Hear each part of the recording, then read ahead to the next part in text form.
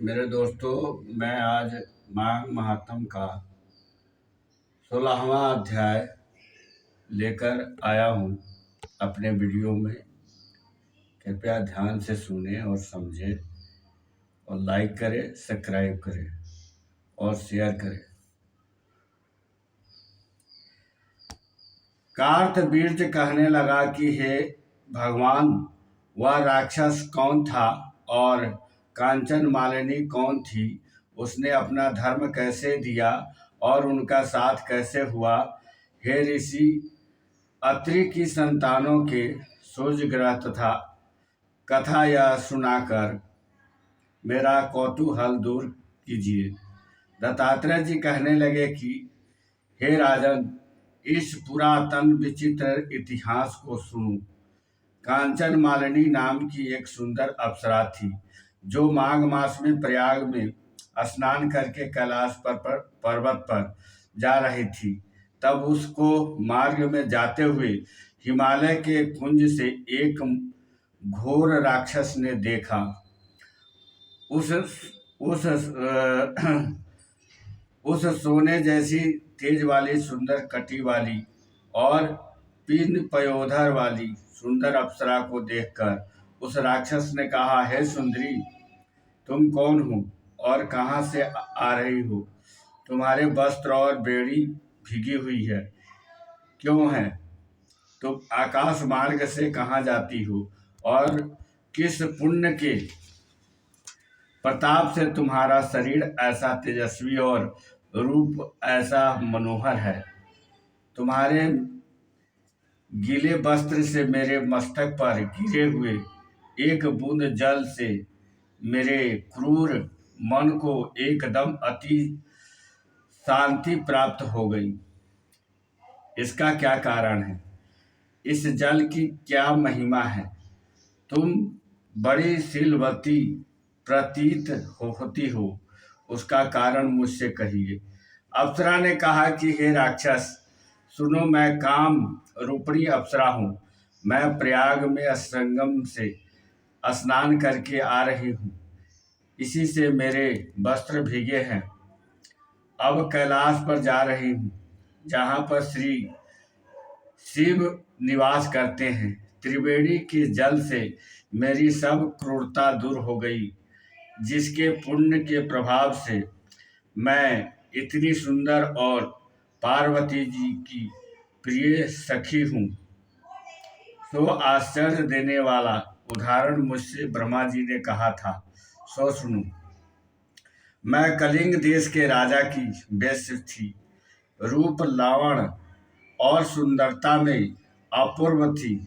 मेरी सुंदरता पर सारा सागर मोहित था और मैंने अनेक प्रकार के भोगों को भोगकर अनेक प्रकार के वस्त्र और आभूषणों की घर में कोई कमी नहीं थी।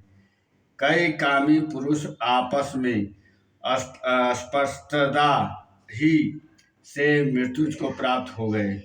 इस तरह उस नगर में बड़ी सुंदरता से यौवन व्यतीत हुआ और मैं वृद्ध अवस्था को प्राप्त हो गई। तब मेरे मन में विचार उत्पन्न हुआ कि मैंने अपनी सारी आयु पापों में ही व्यतीत कर दी। धर्म का कोई कार्य, दान, तप, जग आदि नहीं किया। शिव या दुर्गा जी की आराधना भी नहीं की, न कभी भगवान विष्णु का पूजन किया। इस प्रकार अशांत चित्त से मैंने एक ब्राह्मण की शरण ली, जो वेदों का ज्ञाता और ब्रह्मनिष्ठ था। मैंने उनसे पूछा कि मेरा निरंतर किस प्रकार हो सकता है? महाराजा, साधु साधन अच्छे और बुरे सभी पर दया करते हैं, इसलिए मुझ दिन पर भी कृपया करके मुझे कीचड़ में डूबी हुई को पकड़कर उबारिए। क्षीर सागर क्या हंस को भी दूध देता है? बतख को नहीं देता है। तब वह ब्राह्मण राजा का पुरोहित इन सब बातों को सुनकर मुझ पर दया करके कहने लगा कि तुम ब्रह्मा के क्षेत्र प्रयाग में आकर माघ मास में त्रिवेणी संगम में स्नान कर, परंतु मन में अशुभ क्रिया का विचार नहीं करना। पापों के नाश के लिए महर्षियों ने तीर्थ स्थान से अधिक और कोई प्राचित नहीं बतलाया। प्रयाग में स्नान करने से तू अवश्य पवित्र होकर स्वर्ग को जाएगी। हे भामिनी, पुराने समय में गौतम ऋषि की स्त्री को देखकर इंद्र ने काम के वशीभूत होकर कपट में भेष से उससे भोग किया, इसलिए ऋषि द्वारा श्राप दिया गया और उसका शरीर अत्यंत लज्जा युक्त हजारों भागों वाला हो गया। तब इंद्र नीचा मुंह करके अपने पाप कर्म की बुराई करने लगा। मेरु पर्वत के शिखर पर स्वच्छ जल वाले सरोवर पर एक स्वर्ण कमल से भरे हुए कोटेरे में घुस गया और अपने पाप को धिक्कारता हुआ कामदेव की बुराई करने लगा कि यह सब पापों का मूल है। इसके ही वशीभूत होकर मनुष्य नरक में जाते हैं और अपनी धर्म कीर्ति जस और धैर्य का नाश करते हैं। इंद्र ऐसा सोच रहा था, सो इंद्र के बिना सारा देवलोक शोभाहीन हो गया। तब देवता माधव गंधर्व किन्नर लोकपाल इंद्राणी के सहित बृहस्पति जी से जाकर पूछने लगे कि महाराज, इंद्र के न रहने से स्वर्ग ऐसा शोभाहीन हो गया जैसे सतपुत्र के बिना श्रेष्ठ कुल, इसलिए स्वर्ग की शोभा के लिए कोई क्रिया सोचिए।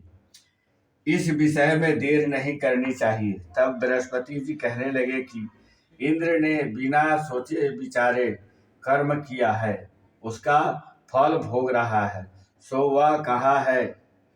मैं यह सब जानता हूँ, फिर भी गुरु जी से सबको साथ लेकर स्वर्ण कमलों से युक्त बड़े सरोवर में इंद्र को देखा, जिसका मुख मलिन और आंखें बंद थी।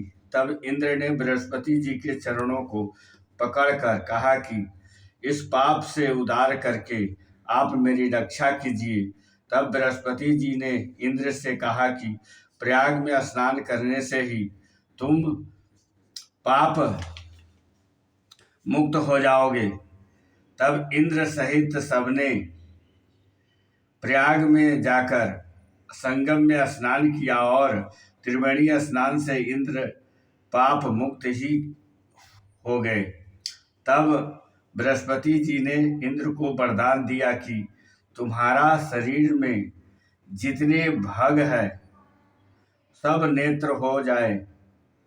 तब इंद्र ब्राह्मण के वर से हजारों नेत्र से ऐसा सुशोभित हुआ जैसे मान सरोवर में कमल शोभ्यमान होता है। प्रेम से बोलिए श्री राधा कृष्ण महाराज की जय। अब सोना।